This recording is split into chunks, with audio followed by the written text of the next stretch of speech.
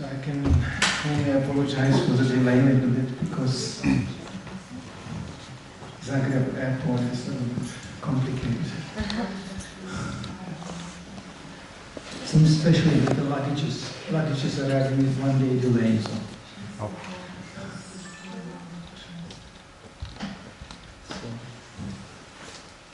So as we always do on Sunday, I guess you do too, we read something from Srila Bhagavad-gita.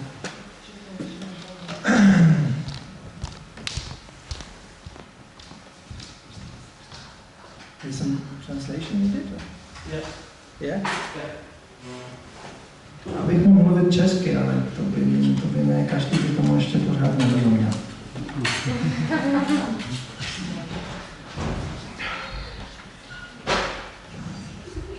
So this is from the third chapter, 8.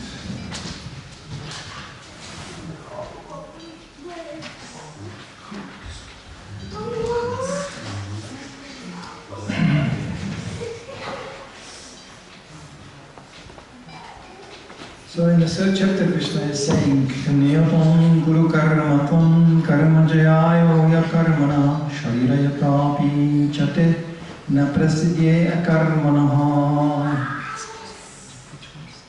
3:8. 3:8. Om Namo Bhagavate Vasudevaya. Om Namo Bhagavate Vasudevaya.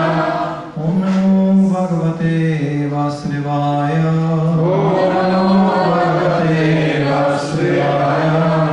Om Namo Bhagavate Vasudevaya. Om Namo Bhagavate Vasudevaya.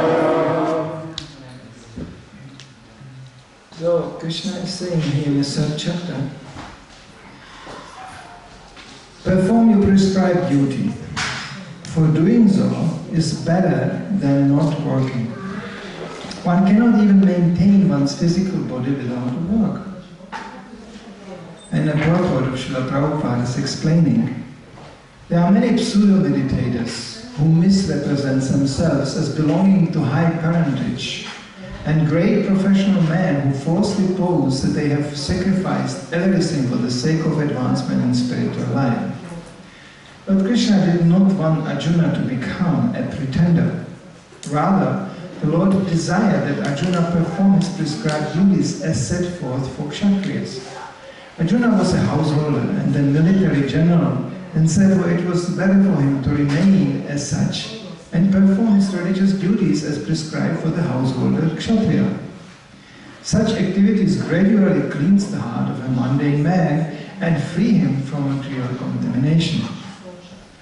So-called renunciation for the purpose of maintenance is never approved by the Lord, nor by any righteous scripture. After all, one has to maintain one's body and soul together by some work. Work should be not given up capriciously, without purification of materialistic propensities. Anyone who is in a material world is certainly possessed of the impure propensity for lording it over material nature, or in other words, for sense purification. Such polluted propensities have to be cleared. Without doing so, through prescribed duties, one should never attempt to become a so-called transcendentalist, renouncing work and living at the cost of others. So this is certainly a purport written to this shloka of Bhagavad-gita. We will not find in any other edition of Bhagavad-gita.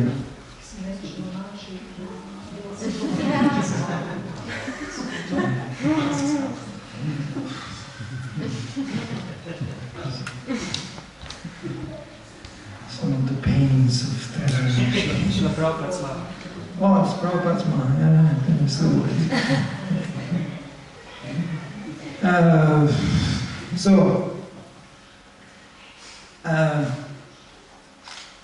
This is Srila Prabhupada's Bhagavad-gita. And that Bhagavad-gita is very different, as Prabhupada says, from 600 other editions of Bhagavad-gitas on the market, which without exception represent and illustrate the opinion of the writer. I think, I believe in my opinion. This is generally the guideline. Said Mr. Miller. Somebody. You know, usually this kind of Bhagavad-gitas we can buy in a shop. And I remember I had one like this. The Bhagavad-gita was presented as an Indian poem. Just poetry. There was nothing more to it. And I remember it was a small book like this. I read it and I didn't understand one word. But somehow the clunk of that word Bhagavad-gita I found quite exciting. But I couldn't understand what this is. And even Srila Prabhupada's Bhagavad-gita, when I first time got it, it was not so easy because suddenly there was a completely different vocabulary I never heard before. Like fruitive work. I was thinking, wow, bananas, apples, oranges. So what is this to do with fruit? I never heard that word before. Until it dawned upon me, that's the work when you desire some result, some fruit. Okay, now I can understand. Or to be purified. Purified. Materialists don't even use the word. Maybe you didn't know this, but actually it's not even in the vocabulary very much. Purified, what purified? What purified? What's the need of purified? Either they sing, I'm really pure, or they sing, this is pure alcohol.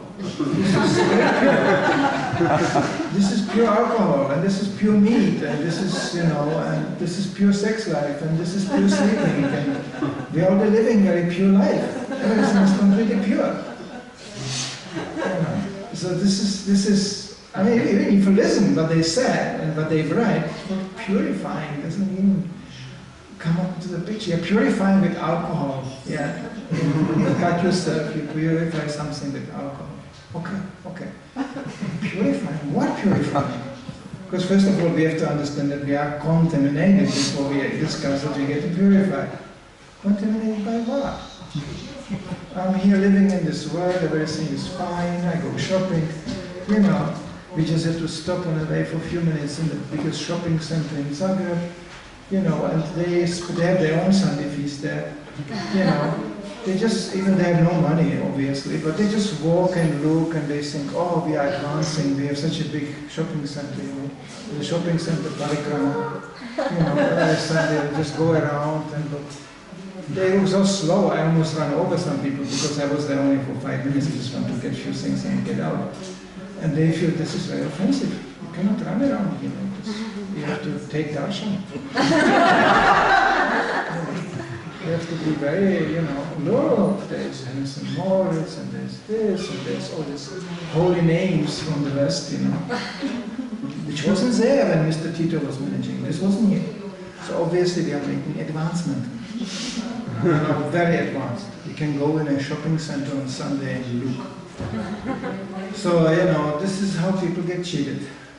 So this concept of purified and contaminated existence, sometimes preachers forget this, and because we are basically doomed to preach to each other, because what else is there, So we become a little bit transcendental introverts, I mean, you ask something, I answer, but you heard the answer 1,000 times, and therefore, it's so difficult to preach to all the devotees because they look at you like, okay, yeah, we are not this body, yeah.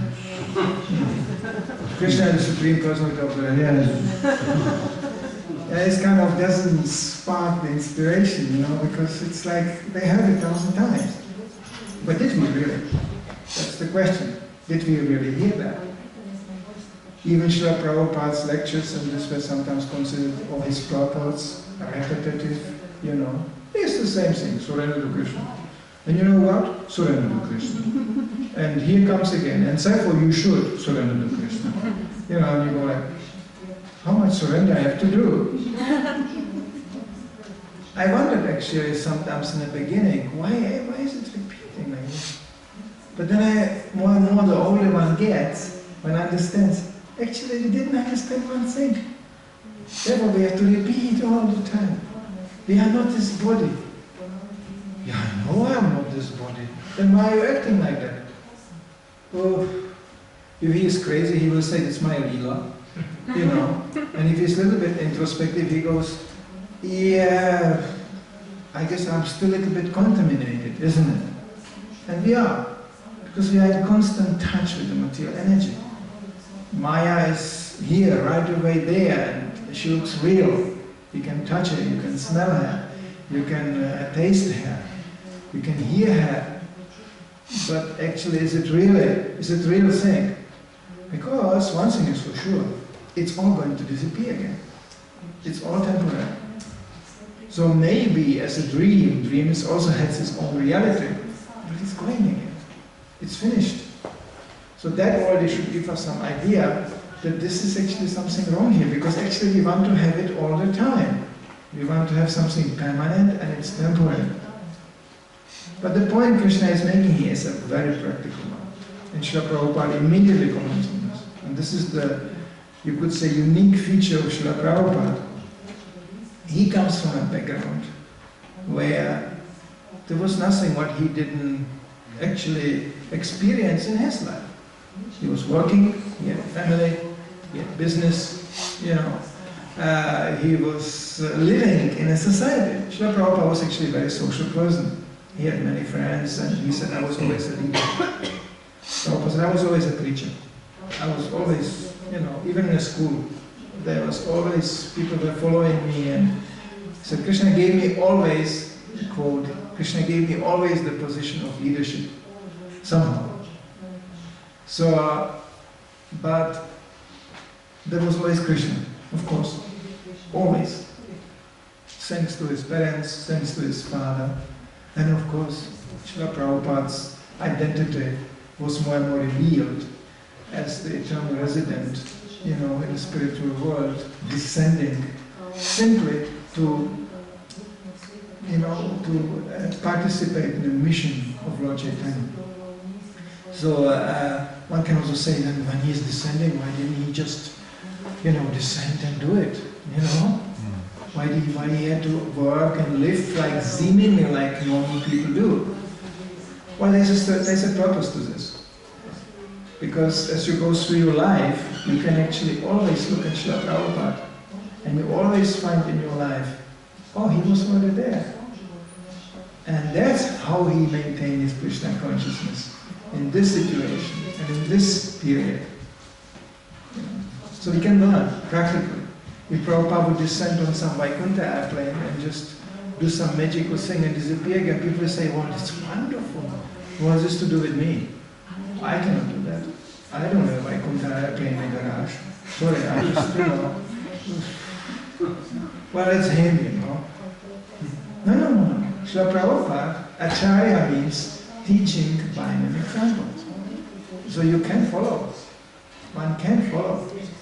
And it's very exciting actually to find how Srila Prabhupada was, even as a devotee, always was a devotee, but even a member of Bhaktivedanta Maharaj's movement, there was nothing when he was spared, but we don't experience.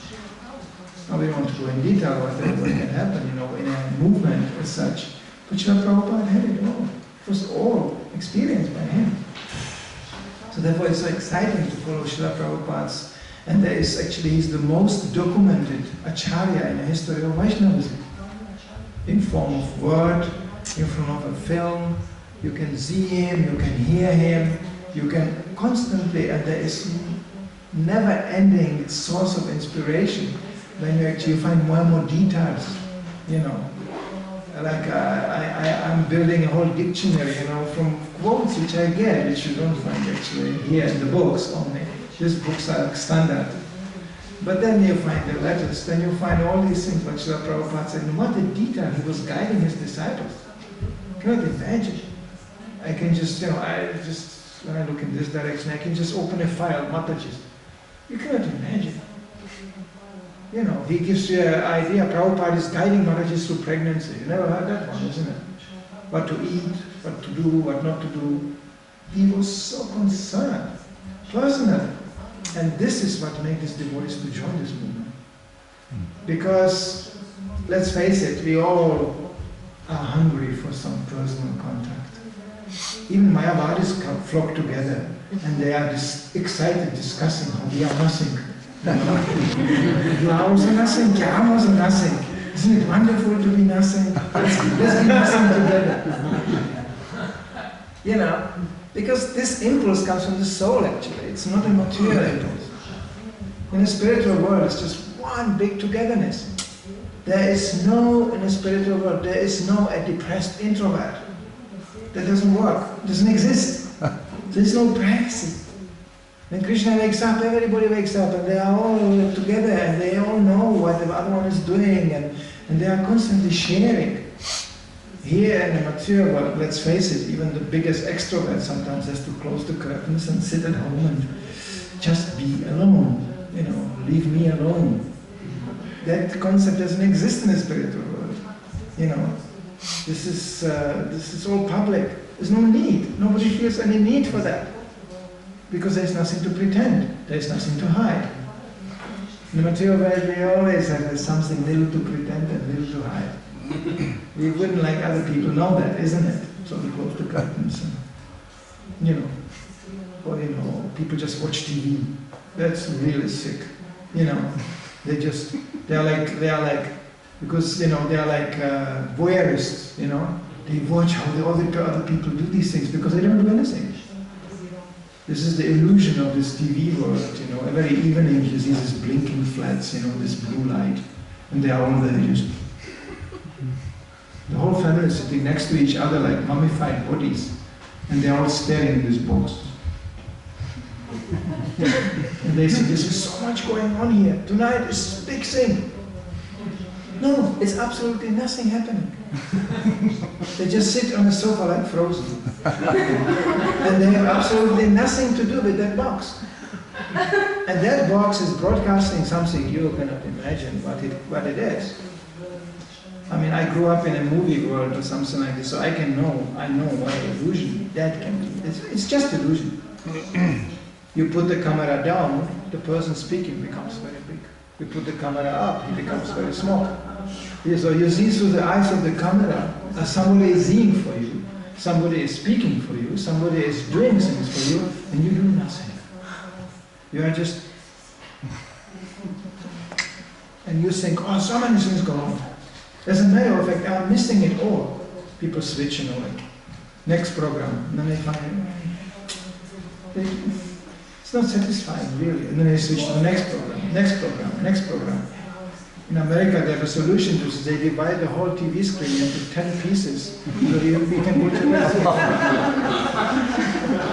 When you are completely insane, and your mind is in pieces, then you fall asleep.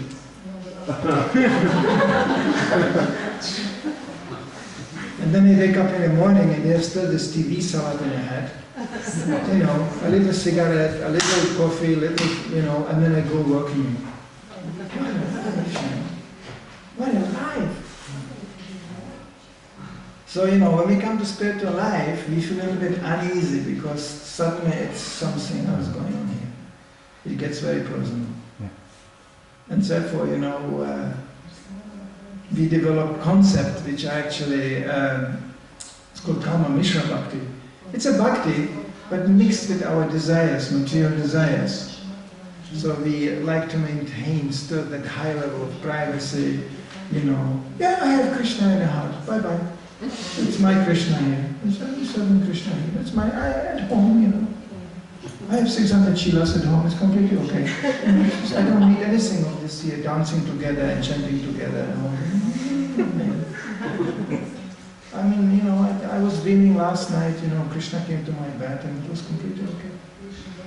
You know, Prabhupada comments that one day they told him that.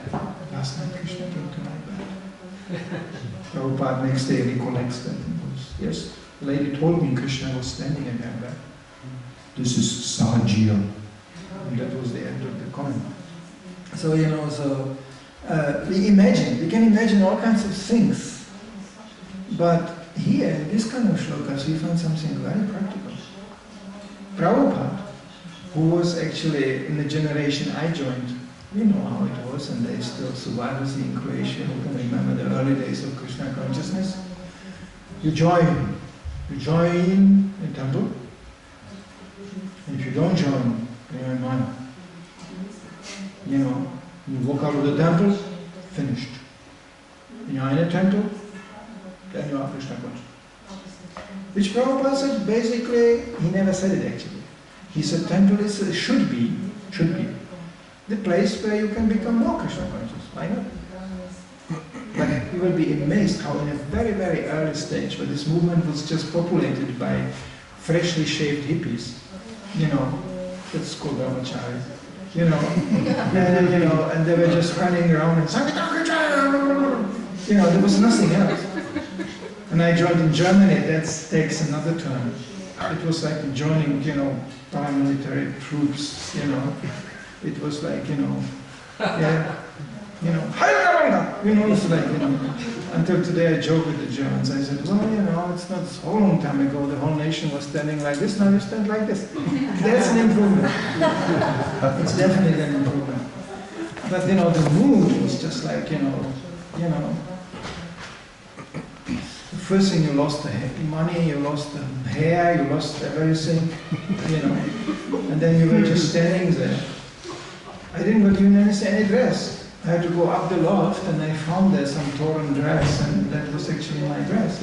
Everything was too small, The first winter I had a jacket like this, because buying something, well, that was a sinful activity.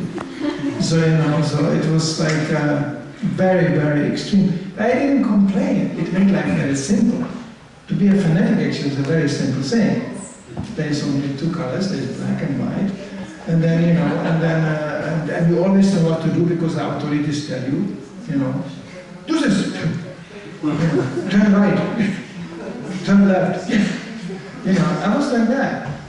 So actually I'm not complaining. It helped me to come from this hallucinating state of, mental platform, So it helped me to get out of there because actually all this was directed towards preaching, So it was not like a sadistic game, it was a purpose to it. But of course, you are kind of supposed to know what you are doing, Well, that concept came much later. That you start to ask questions, actually, what am I doing here, Like reading. This was considered, when I joined, quite controversial. To sit down and read, you could do only when you had fever or you were really sick. Otherwise you had to run from the morning to the evening. Just to sit down was like, what are you doing? You're sitting, to perform devotional service. It was, pure amount of passion, naturally. And yet the oldest member in the Yatra was maybe 21 years old. And he was an old Vaishnava. He was 2 years in Krishna consciousness.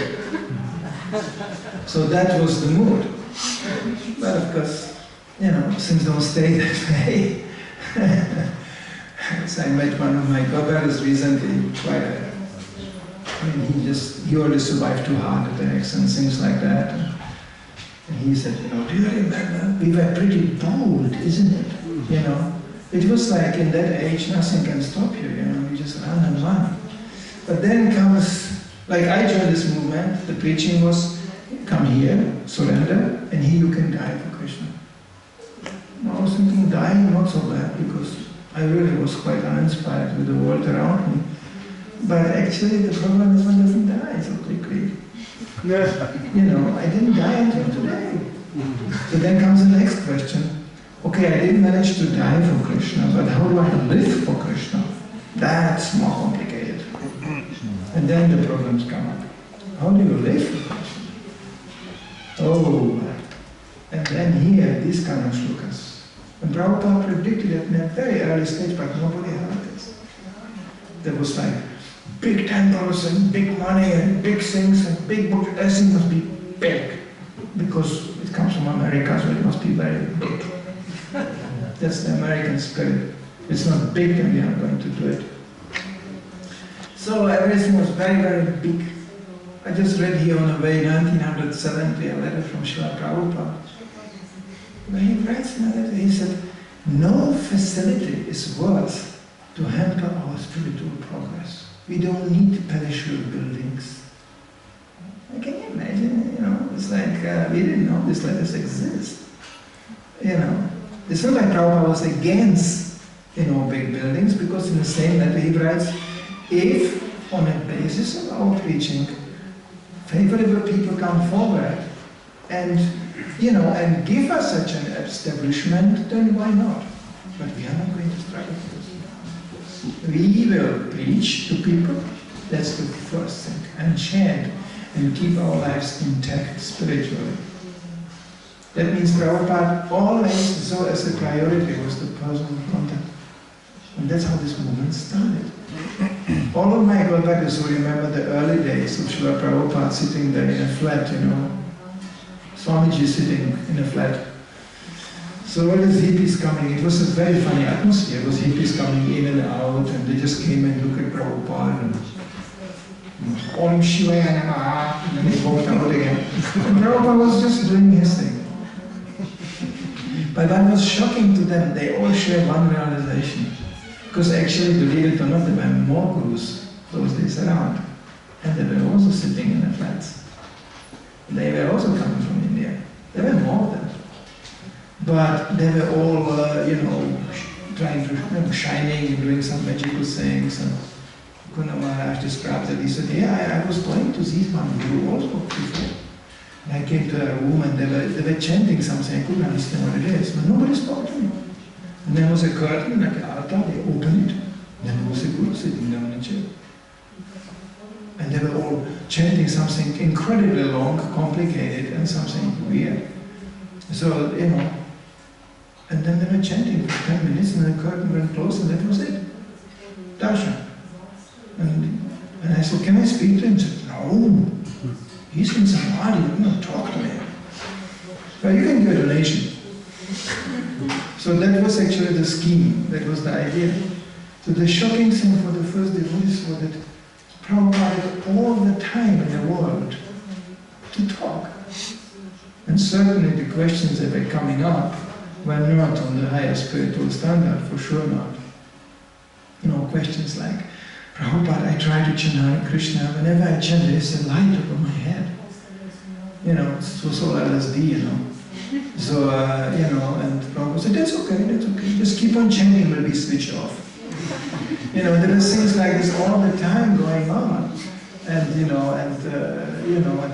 Mohan Maharaj, she describes, I was a musician, everybody was a musician those days, more or less, So I was a musician. So I said, Swami comes from India, and I have to tell him some big news. I have I think it was tambura or veena, one of these things. I have a tambura at home. Prabhupada said, oh, tambura? That's very nice. Then you can bring it. Then I realized by you can bring it means that actually I should donate it. And he said, this was for me, my dear tambura, And I knew I have to bring it next day and donate it. Otherwise, something horrible will happen. I had exactly the same experience by meeting one Mataji on the street, the first devotee who sold me a record. And, and I didn't have much money. I was very poor as a student, so I just tried to give some coin, and she took the record back again and gave me instead of magazine and ran away. I felt terrible. I felt devastated. I felt like this was the experience the devotees had. Prabhupada was so pure. He didn't demand anything. He commanded anything. That's a big difference. They felt so tied up and so obliged. Well, I have to help him. I don't know what he's doing, but I have to give him something. Then one brought him mango every day. Just, Prabhupada said, very nice, thank you very much.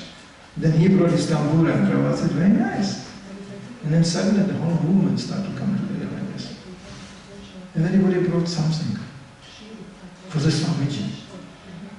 Like Prabhupada said, and on a certain point, Prabhupada said, if you want to make spiritual advancement, you must accept a guru. And then they asked him, where do we find a guru? Prabhupada started to cry and remembering his spiritual master. He said, my spiritual master saved me. And then some brilliant hippie finally got the kick from the super soul, asking the real question, are you a guru? Prabhupada still didn't say yes. He said, if you think so. And from there on it was established that Swamiji is our guru. It was, it's very educational actually about preaching. That it's all based on personal contact. Especially when that person, and I'm not speaking about some lovey-dovey humanism. I'm speaking about, sincerely trying to enter the life of people, to enter the lives of people and show them on basis like example of this shloka.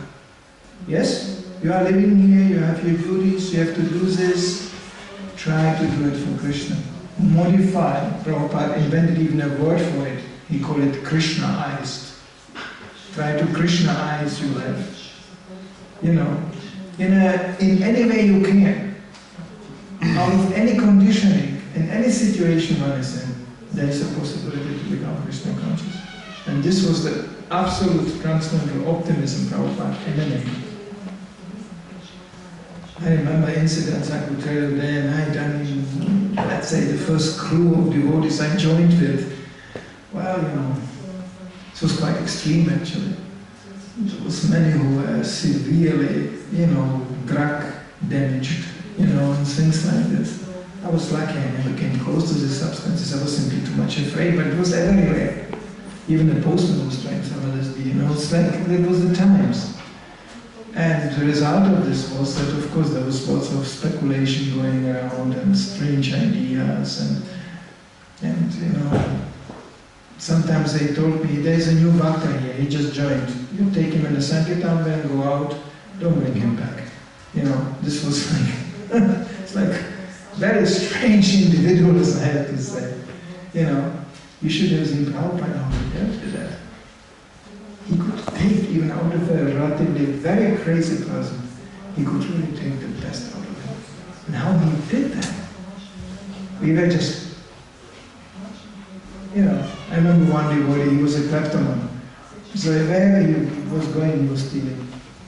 He was distributing books in a shopping house the whole day. And then he came out in the evening, and it's very difficult to distribute books in a shopping house. Because people are busy, and it's also very heavily guarded. Oh, he was good. He came out in the evening and he had the bags full of stuff. Along the distribution he managed to steal quite something. Nobody could stop him doing that. My only preaching to him was, can you at least steal something useful? Because what am I going to do with ladies' socks? And he said, no, this is my size, you can... And then he walked in the ladies' socks. You cannot, it's too bizarre simply, When Prabhupada came, he had a question after lecture. I remember, oh no, everybody, oh no, here's a question. Everybody looked at Prabhupada and was sorry, we didn't manage to kick him out yet. And his name was Urangama. Urangama had a question. Srila Prabhupada.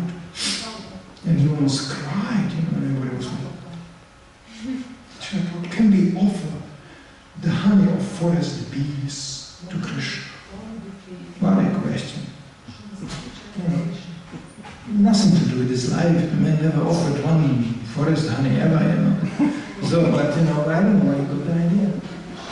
Prabhupada looked at him very seriously. His chin came on. Yes, why not? And he was in ecstasy. He said, Prabhupada understands me. Yes, he reconfirmed me. I mean something. I am somebody. I can do something. On Monday he distributed 60 books immediately. It's like, amazing. It's amazing how Srila Prabhupada could put people somehow together and back. Not always. Some people are really badly damaged, but The attitude was there, you know. Because in Krishna's eyes, in connection with Krishna, we are meaningful. Disconnected from Krishna, well, we are just another conditioned soul floating out there in the ocean of Maya, basically doing all the same. It's all the same. In every country they say, no, this is in our country, it's different. No, when you travel around, it's all the same.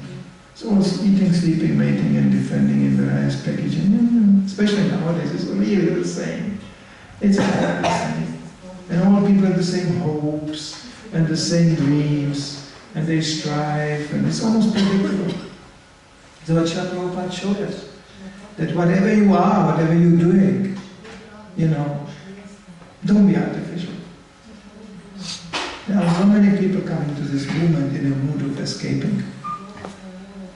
Of course, because they come from a very difficult circumstances. But here's one little secret. It doesn't work. It doesn't work like this. Krishna consciousness is not just to, you know, jump Krishna in the face and leave it all behind. And this is in a letter I could read to you. Prabhupada is very upset actually. He writes, where do people get this idea from that Krishna consciousness is for renouncing everything?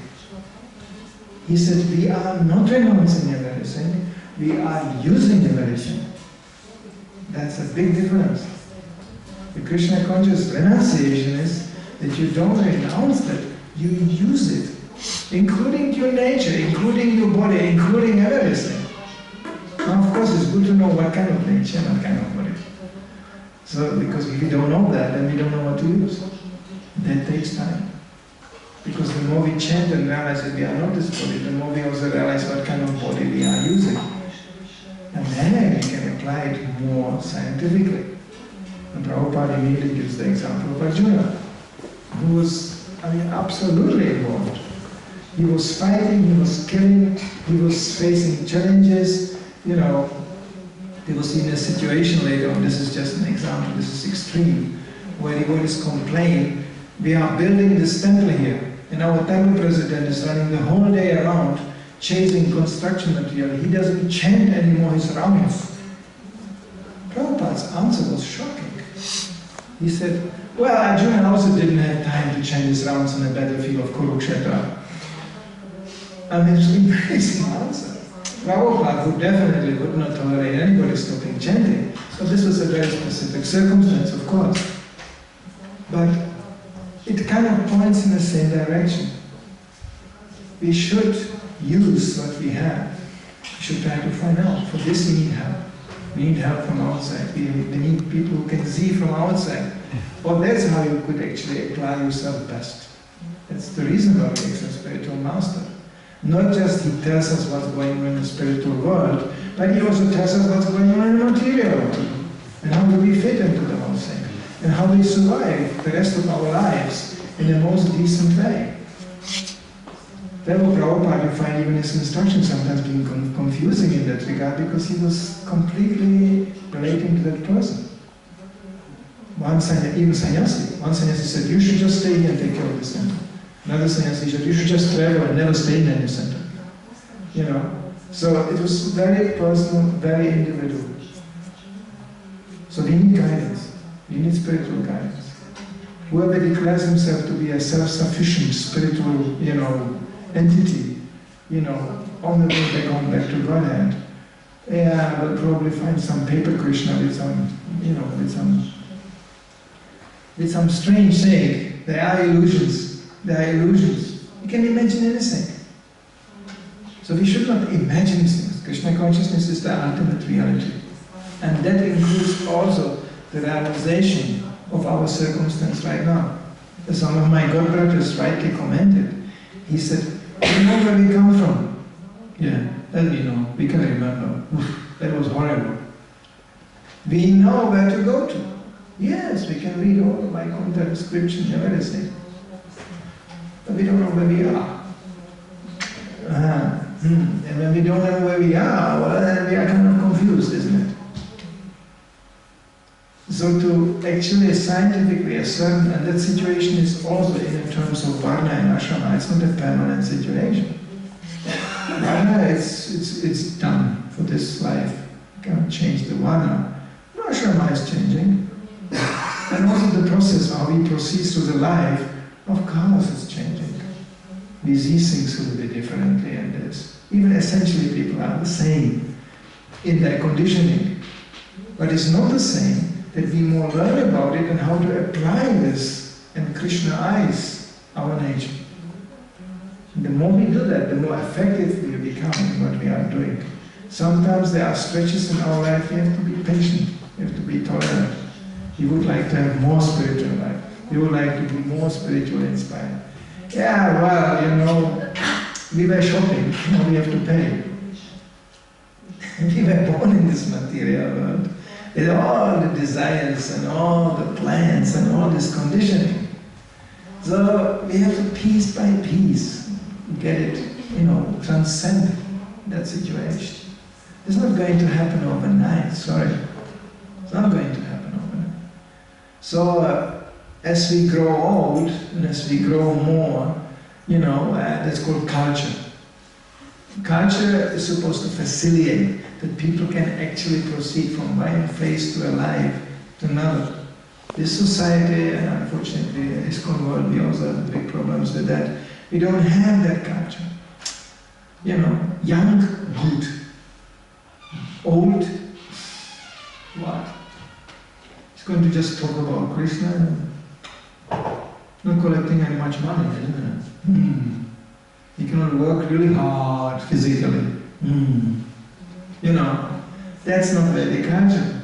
Vedic culture is synthesis of those who actually are supposed. Age is supposed to be connected with some wisdom. That's not really what we know in the material world. Material world, you know, the age is connected to, I mean, you know it. When old people in the material world talk, you know, then usually nobody listens, because what do they talk about? You know, I know countries where old age maturity is considered in your expertise to drink beer. Well, it's not exactly your respective knowledge, you know. Who's going to listen to this? But in the Vedic times, people were actually more experienced. They see in a statement, which I can mention now, it's actually from Samhita. It's actually that a Shudra, 100 years old Shudra, who was doing a whole world, whole life, nothing else is performing his duty serving others. He should be worshipped. Actually, it's Chanyaka Pandit saying. Chanyaka Pandit is saying, a Shudra who was 100 years perfectly serving his master, you know, doing his duty, he should be worshipped like a Brahman. You know, why? Because he proved, you know, that actually he is responsible, dutiful, you know, person who actually regulated his nature. And naturally such a person will have some wisdom too, you know, of course. So, you know, that doesn't mean that we should all be 100 years old and this, but the point is that wisdom is considered according to experience and to the possibility to give practical, applicable advice. So the Vedic culture was the synthesis of the young ones. They were running around, you know, and doing the same mistakes again. And the old ones. You know, it's like the brain and the legs. You know, and because when you have just brain, the old ones, then things get very complicated. Because they know the consequences of the actions, the possible consequences. So when you come, you know, you experience even amongst older devotees who want to discuss something and they go, well, Prabhu, this is not so easy, this is going to be difficult, you know. I know, I can tell you stories, what can go wrong. So, you know, so it will be very, very difficult. That's not exactly how you start a project, you know. Usually it stops, nothing is done. And then you're just the young ones, they go, what are you talking difficult? Just do it, you know. Ah! You know, and then they mess up everything and do the same mistake like the old ones, you know. Yeah? So this is extremes. But when you manage to make a synthesis there, and this is culture. Oh, the young one is supposed to listen from the older one.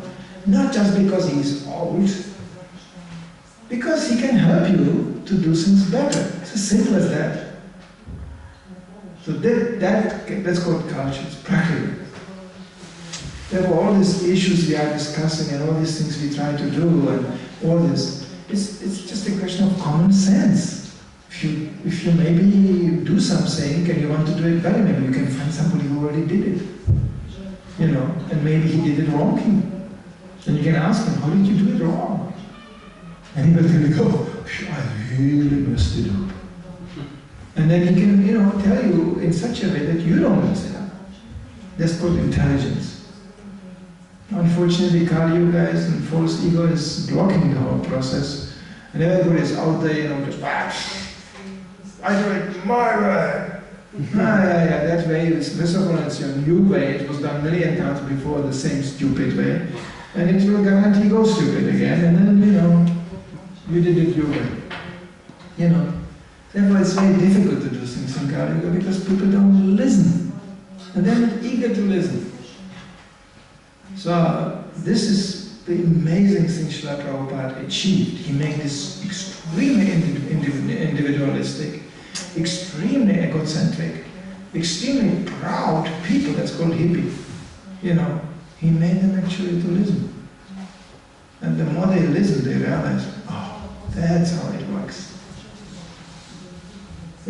Prabhupada said, I don't do any magic. I'm just serving my spiritual master. Of course some little brain, like he said, ecstasy is good, but some little brain is also required. That was, he told us in Germany, because, we were all this passion club of, you can imagine, after every kirtan, the temple had to be renovated. It was so violent. Prabhupada saw it and he was like, that's nice. Even he said, I was teaching them how to dance and how they dance, all this. But anyway, they are happy, it's okay. But he said, and he said it in a lecture straight. He said, so much Haribol. But then he said, for Germans, this is fantastic. Germans love to hear this. First the work, then samadhi. And Germans were,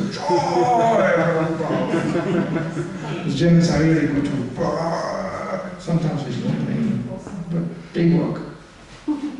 So Prabhupada said there has to be a mixture, So Krishna consciousness is a quite delicate thing in that regard. But whoever wants to have that knowledge, he will get it. There is still wonderful devotees even now, walking around. There is so much wonderful knowledge we got from Prabhupada.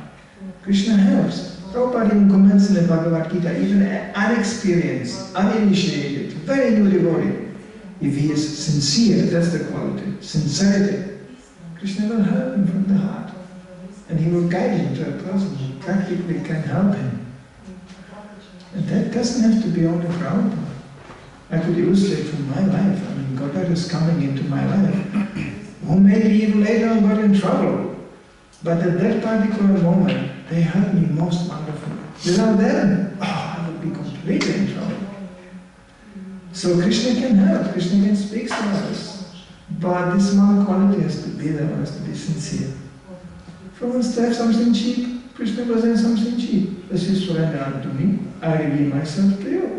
You want a cheap Krishna? Oh, I will give you such a cheap one. He will be also blue, but not the real thing. Because that's not what you want. But if you want the real Krishna, then you can surrender right away here on the basis of this shloka. Perform your prescribed duty. And remember me. Always remember me and never forget me. And try to surrender everything to me. What? Krishna says a glass of water, a flower, offering. And everything should be done in a mood of offering. And then gradually, as you walk through your life, naturally things will be exhausted. That's a nice thing about growing old. Things are completely naturally falling apart. You don't have to renounce anything, it will be just taken away from you. That's the beauty of being old. You just go, I wish I could. No, you cannot. You're finished. But I thought I still could. It comes this terrible periods. In the female department it's called menopause and it's called monopause. That's the male department. They have it too. So then you think, it's not too late. I'm thinking I'm growing old, but maybe it's not too late. And then the men start to buy a jacket, Mr. Bake, and they buy themselves a motorbike, and 60 years old men driving around the school, with the oil in their hair, and the school girls go, the old bum is here again, And the ladies, they just, they dress in pink, and they're 120 kilos, and they're in pink, and they say, I'm young, I have to be very young, it's pathetic. Like I said, one should grow old as a gentleman. And gentleman, he defines somebody who agrees on his shortcomings, who is walking in a full view of his own defeat. Yes, I want to say something very important and my teeth are falling out. And I want to really make a really important point, but I just forgot it.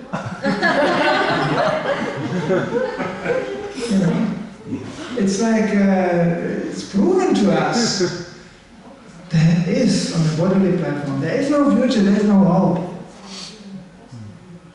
And, it's beautiful to grow old in Krishna consciousness. There was nobody more young in this movement than Srila Prabhupada. It was all these hippies, I just think about the universal form. I didn't saw it. There was some glimmer. What was it? Prabhupada said, just chant. Dance like this. Dance. And they were like, okay. Prabhupada had to show how to smile, how to dance, how to eat, how to be happy. Because they were also mental, and the mental makes you very old.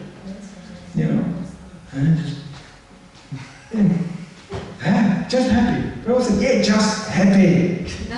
Generally, Krishna, be happy. Yeah, but what happens then? Prabhupada said, just chant. I have to sing. What is the inner effect of the chanting?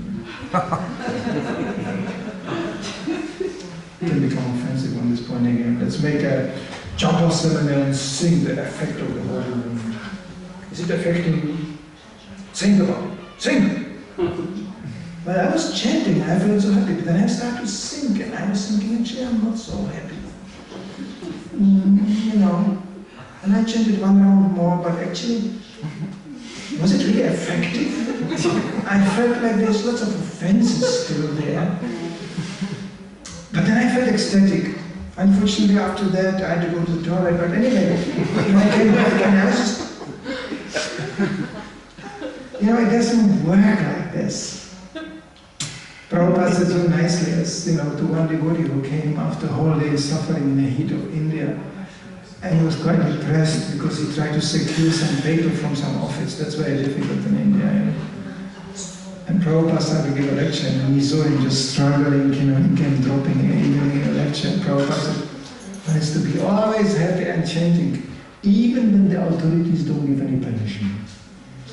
And that was the mood he chanted into us. You don't have to pay any attention, to any social. There's no social consideration. Just chant. And then let the holy name prevail. And then see what happens. But that doesn't mean we should just be sentimental. No, but just chant. This is not so easy for us because we always think, what's the problem? Where's the problem? When I'm going to stop chanting? Well, that's why you stop chanting. Because you think when I'm going to stop chanting. All these mental introverted thoughts, it's not needed. So Prabhupada gave us a completely new life. And simultaneously, as Krishna says, he said, parallel to that, you do the needful. Everybody has to work to maintain his body. Don't be false hypocrite. Don't come. And we saw it. In my generation it was very easy just to leave everything behind. Let it all go. It was like, wow. No more obligations to anything and anybody. We just go in Harinam and middle of the shopping scene and spread the arms and spin around while they are flapping the other people in the face because you don't care. They're all comes anyway. It's called the Prabhupada, to spin around and slap people and who cares? It's all comes. This is not actually the mood. This is not actually that. Krishna consciousness is not some dream away state. No, no, no. Therefore it's sometimes very blissful to actually to go into that what is called congregation. That's actually devotees who are just daily facing their challenges, and and I just come. I was just today in the morning even helping a devotee fixing his house, and and he's there. He knows perfectly well. He's my age. He says, I have a house. Actually, I have a house. It's difficult to explain to his wife not to have a house.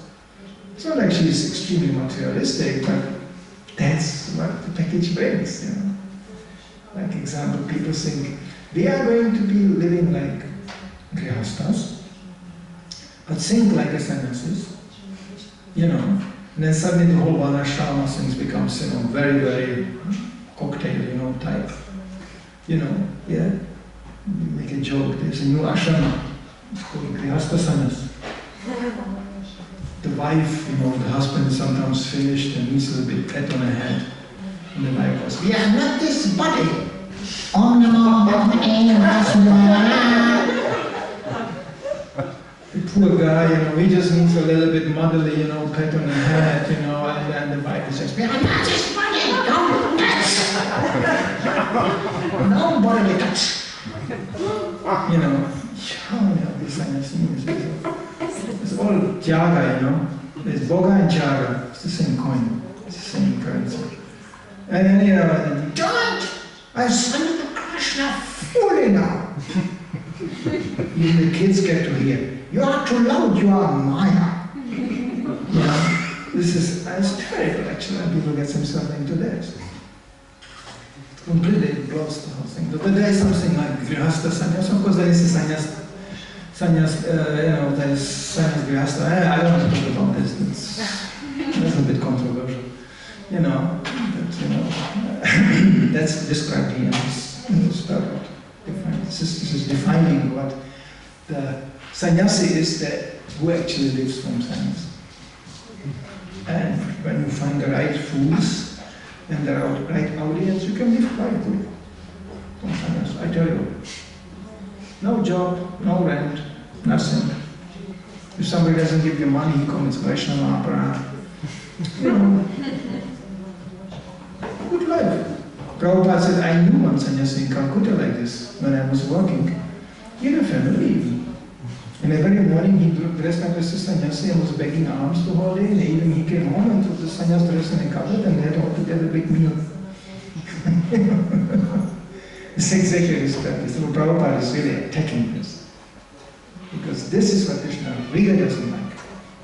Better to be honestly conditioned and imperfect as to be perfect hypocrite. Better than. When this spirit would prevail, so many problems in our lives would disappear. So many problems. And we would start to, stopping playing these games in the name of spiritual life and be really aware. Okay.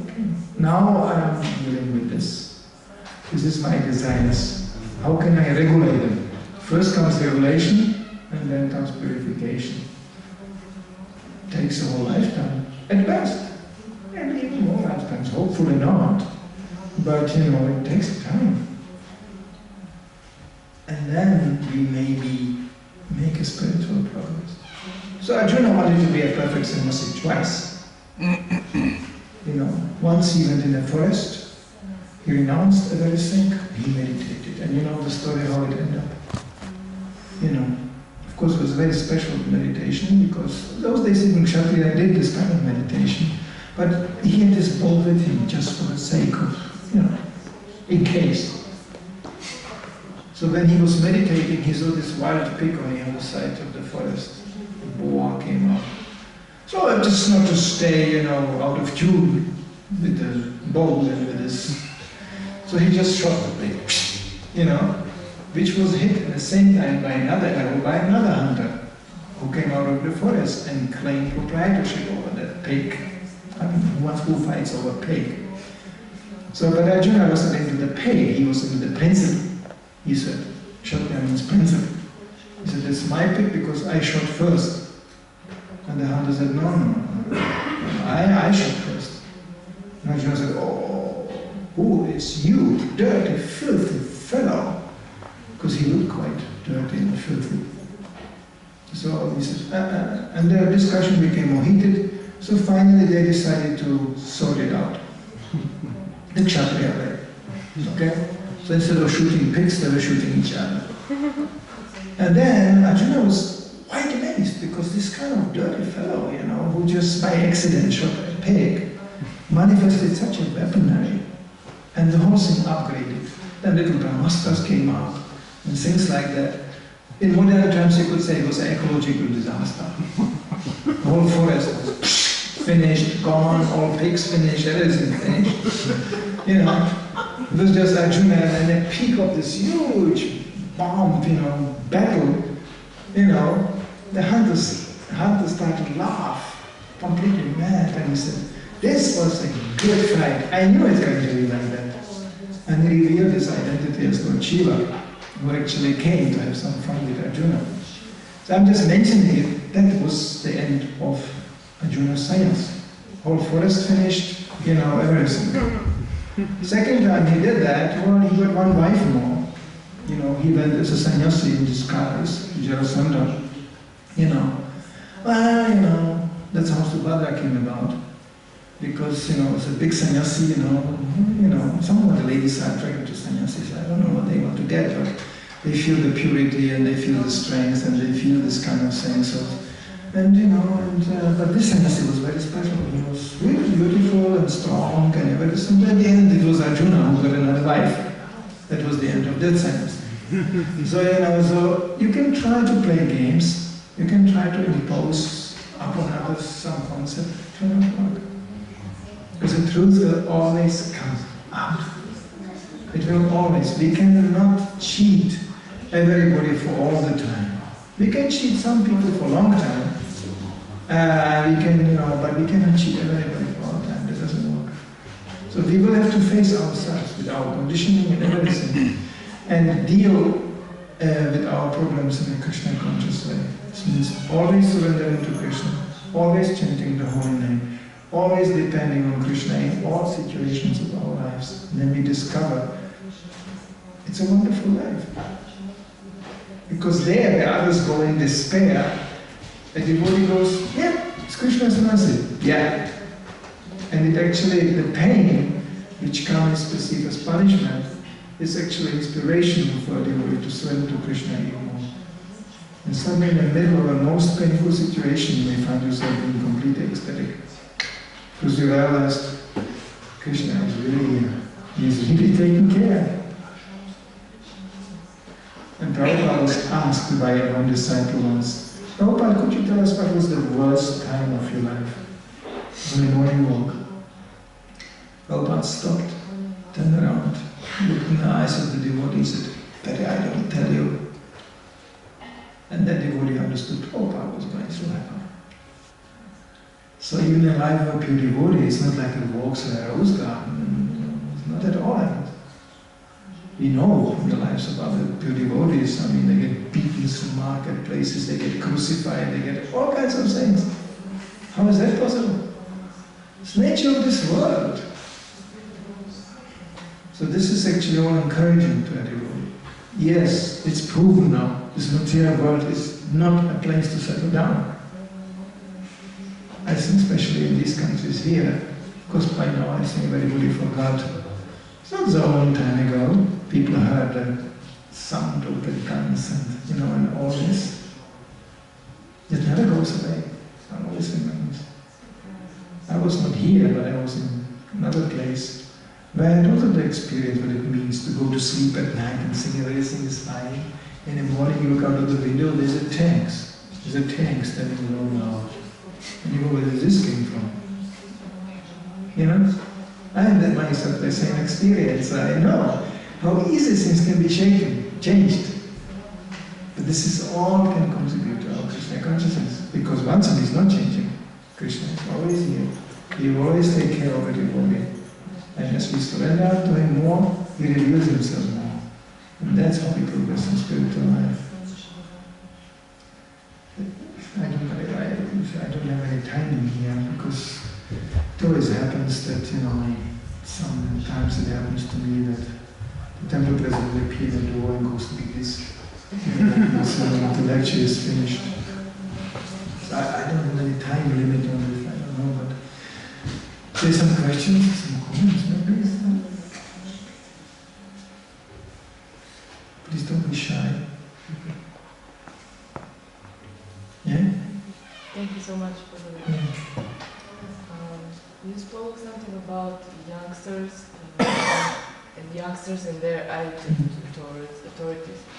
So what is your advice? What is the best and most Vaishnavic, most humble advice for whom? For youngsters? For youngsters? Yeah, for young people in Krishna consciousness. Are they capable of, or are they even in a position to make, not change it, but advices? No, not advices, but... Depends what youngsters you speak about. Yeah, young people in Krishna consciousness. I mean, young people, which age? Makes a new huge devotees, not new devotees. Come and... Or like that. For example, they see something not going too well, are they in a position to make some step, or they should humbly, I don't know, what can I say? I may say something controversial, I always follow the authorities. There was some Australian methods. Even my authorities sometimes give me instructions which I will not follow today. But at that particular point I came, it was good for me. I benefited from it. Nowadays, young people have even a chance to get even more mature instructions, So even more so. Again, like I mentioned in a lecture, you must be pragmatic. I mean, you want to know something, then ask somebody who knows something. We have to take guidance one way or another. I mean, it's almost impossible to avoid. So again, if somebody is sincere, then, but it comes through a personal contact. Therefore, I think in a case of a new devotee especially then, because they all join quite sentimental. So especially then the personal contact is absolutely essential. Now I could go and start to get controversial here by discussing how in the ISKCON history it became actually a big problem. I'll give you a situation, okay? You sit here in Zagreb, you struggle here, this is falling off and this is to be fixed and you have to pay the bills and this, and then one bhakta comes in, and he says, I want to serve here. Wow, So naturally, devotee or devotees who are here will kind of consider him like, hey, it's nice, want to stay here. It becomes actually very personal.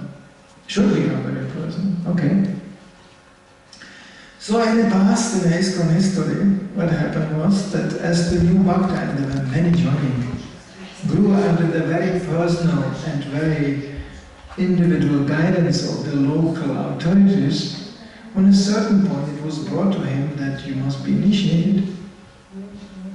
But the temple president was not a guru.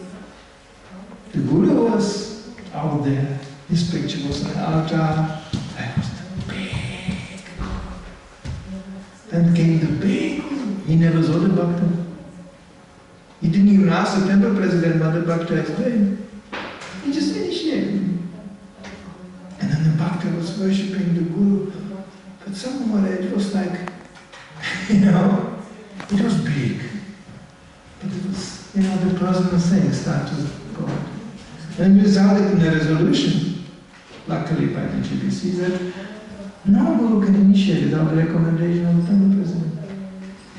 Because then still the personal structure is somewhat maintained. And the issue still goes on, it's still going on, even not so many people are joining like this. But still the question, the issue is still rolling on. Because it is personal. It has to remain personal. We all want that. Of course, then there are people who want to go with the picture on the wall, they offer the food and they do any dancing they want. They don't want him to come out of the picture, they are not inspired. There are such people also, we know that. But usually, you cannot make much of a spiritual movement out of this. relationship, guru and disciple, actually I was trained at least, it's very serious. It's the most serious thing. I mean, it was a happy thing too, but it's the most serious thing. I was trained with Prabhupada too. I don't know, but I just, I saw Prabhupada 3 times in my life. Still, every day he was there. I knew any time I can write him a letter, I will get an answer. But I didn't, because I was in Sankirtan, so I had my own training there. But I felt so connected. You know, and police called me in Germany and they said, who organized the whole thing? This collection here on the street. Just showed them a picture of Prabhupada, him. Asked him. They were like, get out! You know, yeah. Sometimes they showed them was a picture of Nishimera and that was thinking better. But anyway, it's a main organizer here, you know. So, I knew Prabhupada is here all the time. I never wrote him one letter, he wrote me a letter. Out of nothing. I was like, he wrote me a letter. You can read Prabhupada letters, you get shocked. Prabhupada asking Matajis, not even like the leading, you know, Matajis. You know, when is the child born and how you shouldn't eat any spicy food, you know. You shouldn't travel with a car, especially not at night and things like that. There's a whole manual on pregnancy just from that. We can get together. I mean, you know, Prabhupada writing to, of course he was mainly in touch with the leading devotees, but as the movement grew then it was more and more like it, but still even to a very common rank devotee, he writes, you didn't wrote me anything since 2 weeks. How come? What happened? And this was at all mail, you know, with postage on it. No email, nothing of this. It was so personal. So this personal thing, it's still that ultimately engine behind the preaching. That's when people join because they feel personally addressed. They don't join just some philosophy, sorry. They may like the philosophy and that's okay, but how do you live it? That example, it comes from other devotees. It's always persons must be involved. It's a little bit like children, you know. Children also, it's all about being persons. So bhaktas are like children. Prabhupada, you know, I mean, his letters are just, you end up crying when you read it.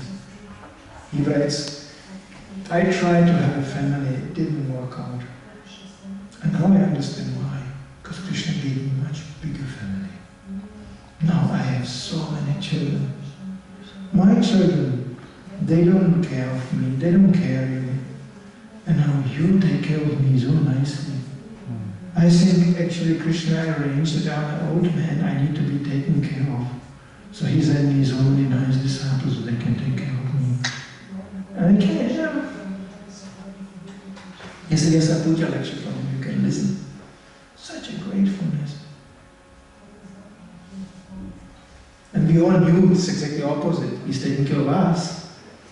Without him, we wouldn't get even the idea to become Krishna conscious. But Prabhupada said, no. You know, you are actually, you know, you are taking care of me. So for such a person, I seriously can think from a generation of devotees, and I was exposed to lots of danger situations. I was, you know, pointed, guns being pointed on me, and police stations, and chased around, and all the time. It's Germany, 1972, you know. So, but I don't remember 1 second of experiencing some fear. I mean, nothing. I just said, yeah, even they shoot me. I said, oh, I just said in Prabhupada, what's the thing? And they noticed that, people who noticed that. And the man pointed a gun at me and said, I will give you a donation. Yes, and he pulled a gun and said, oh, Lord. And I just put my finger into his gun. I said, so, now what happened to me? And the man couldn't breathe, he just started to laugh. When you point a gun on somebody, you put his finger in. Preventing you shoot eyes is a joke. So, and he just started to laugh. He just put the gun away and he just laughed and walked out. We were all like this. I wasn't alone. I mean, nobody in the Sankirtan crew where I was going out. I mean, we were so fierce, it was almost suicidal.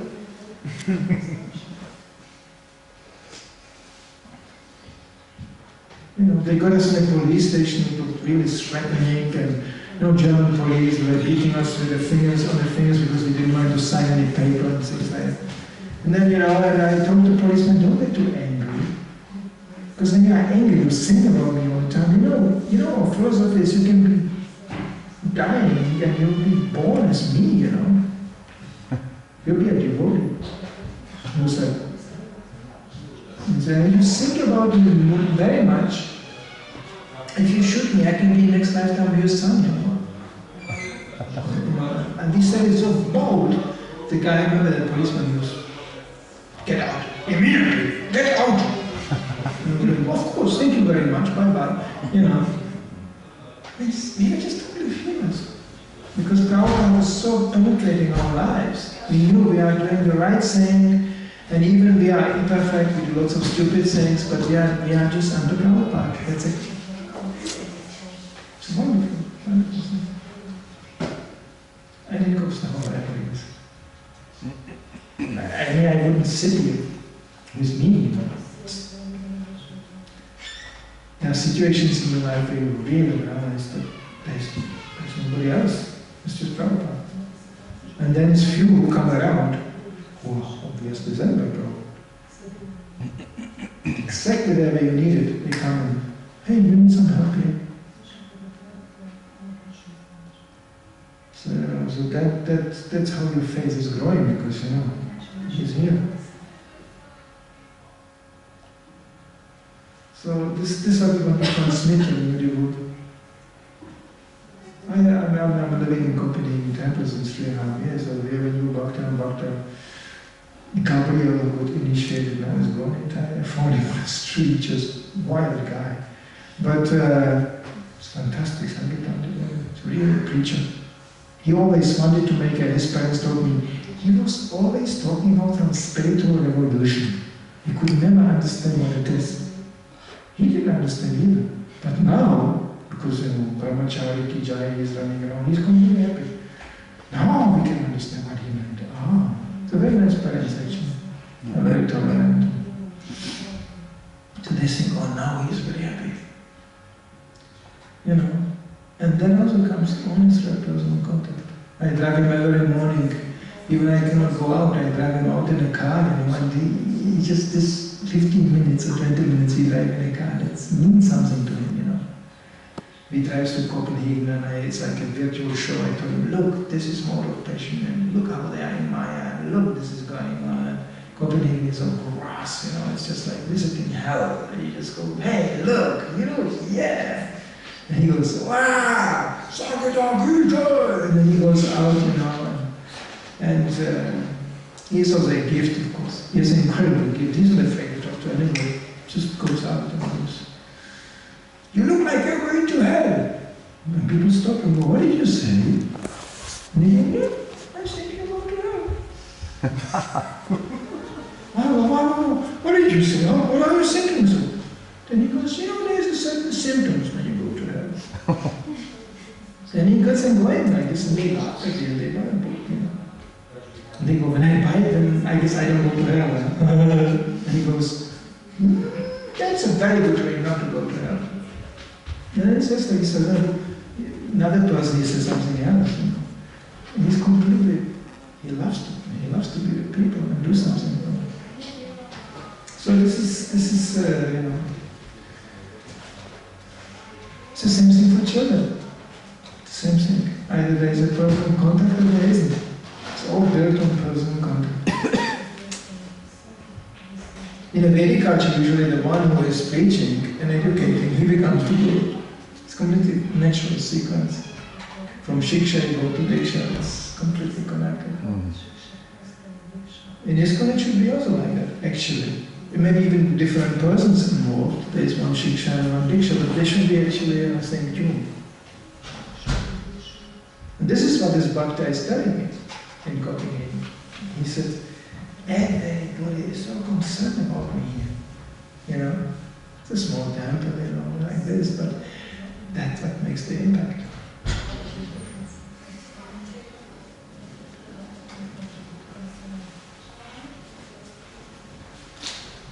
Yes, I have the habituation to go really long, and I just don't want to torture people. But thank you for listening and sitting and not walking out. Nevertheless, if there are more questions, and this is always inspiring, because then one can also speak more about the issues which are more relevant to devotees' lives. I'm not that kind of, you know, paper reading guy. I always would like to stay to life, close to life of devotees. Because Krishna consciousness is really exciting. If you suddenly see how it's connected to your life, it gets very exciting. It's not a philosophical concept. There's a philosophy, but that philosophy is really penetrating our life. This is what Prabhupada showed us.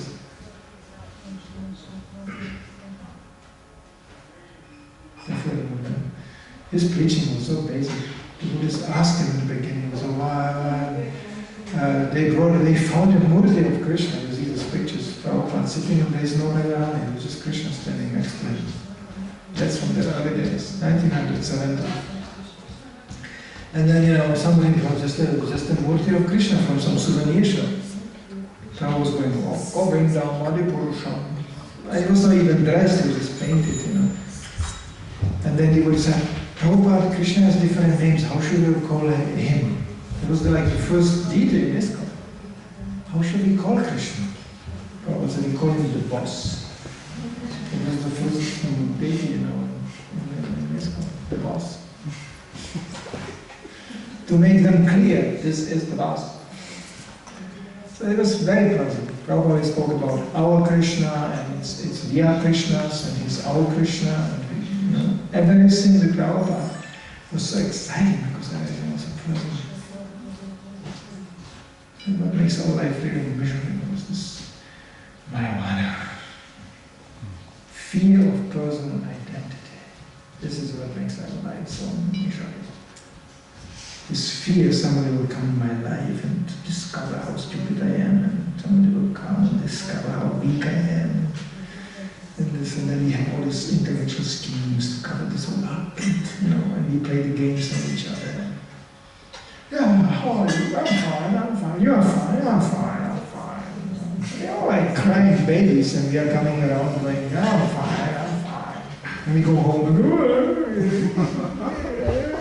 Krishna, no one speaks to me.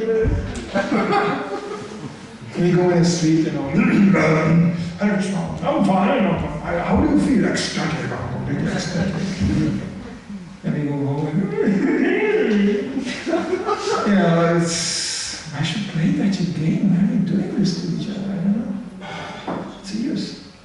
It's very difficult to make spiritual progress like this. So therefore, these shortcuts make us up. This is not for pretenders.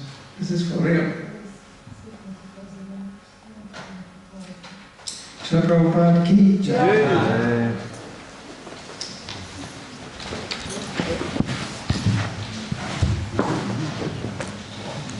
Manidhar Prabhu ki jai.